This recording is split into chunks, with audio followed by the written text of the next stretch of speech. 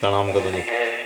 स्वास्थ्य के लाभ के लिए भगवान महादेव जी के चरणों में प्रार्थना करते हैं। भगवान महादेव जी किरण जी और उनके समस्त परिवार का मंगल करे, उनको दीर्घायु बढ़ाए, उनको स्वास्थ्य लाभ भगवान महादेव प्रदान करे।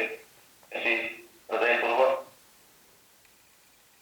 एकदम विनम्रता हम प्रार्थना करते हैं कि भक्त हृदय ऐसी माता जी को भगवान जल्द से जल्द स्वस्थ बनाए। बिल्कुल। ओम नमः शिवाय। प्रणाम करो जी। पहले मिता दीदी और बच्ची। हाँ,